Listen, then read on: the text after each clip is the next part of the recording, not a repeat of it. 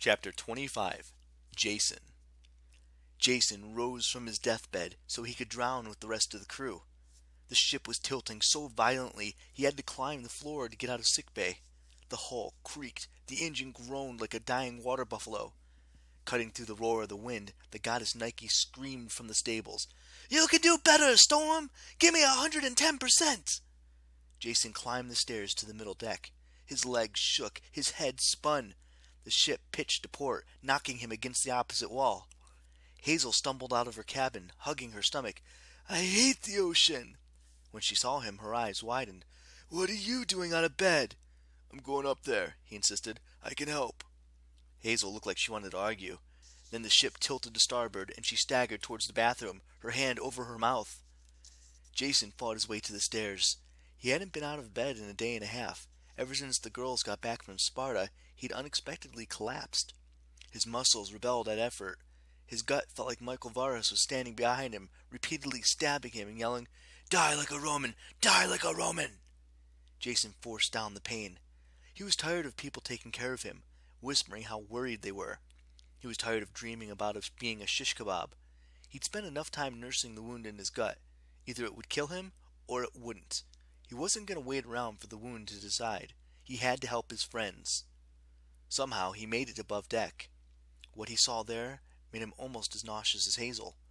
A wave the size of a skyscraper crashed over the forward deck, washing the front crossbows and half the port railing out to sea. The sails were ripped to shreds. Lightning flashed all around, hitting like sea spotlights. Horizontal rain blasted Jason's face. The clouds were so dark he honestly couldn't tell if it was day or night. The crew was doing what they could, which wasn't much. Leo had lashed himself to the console with a bungee cord harness.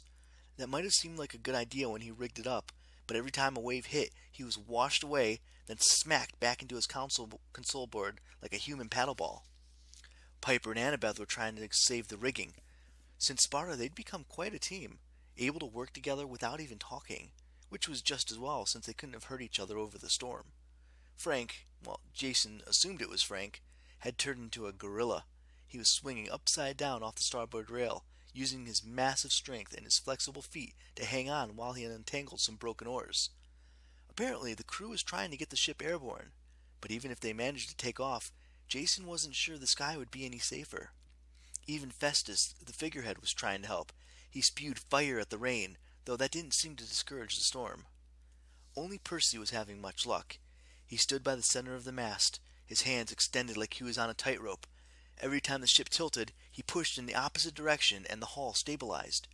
He summoned giant fists of water from the ocean to slam into the larger waves before they could reach the deck, so it looked like the ocean was hitting itself repeatedly in the face. With the storm as bad as it was, Jason realized why the ship would have capsized or been smashed to bits if Percy wasn't on the job. Jason staggered towards the mast. Leo was yelling something, probably "go downstairs," but Jason only waved back. He made it to Percy's side and grabbed his shoulder. Percy nodded like, "Sup?" He didn't look shocked or demand that Jason go back to sickbay, which Jason appreciated. Percy could stay dry if he concentrated, but obviously he had bigger things to worry about right now. His dark hair was plastered to his face. His clothes were soaked and ripped. He shouted something in Jason's ear, but Jason could only make out a few things. "Thing! Down! Stop it!" Percy pointed over the side. "Something's causing the storm?" Jason asked. Percy grinned and tapped his ears. Clearly he could not hear a word. He made a gesture with his hand like diving overboard. Then he tapped Jason on the chest. "You want me to go?" Jason felt kind of honored. Everybody else had been treating him like a glass vase, but Percy, well, he seemed to figure that if Jason was on deck, he was ready for action. "Happy to," Jason shouted, "but I can't breathe underwater." Percy shrugged. "Sorry, can't hear you." Then Percy ran to the starboard rail, pushed another massive wave away from the ship, and jumped overboard. Jason glanced at Piper and Annabeth. They both clung to the rigging, staring at him in shock. Piper's expression said, "Are you out of your mind?"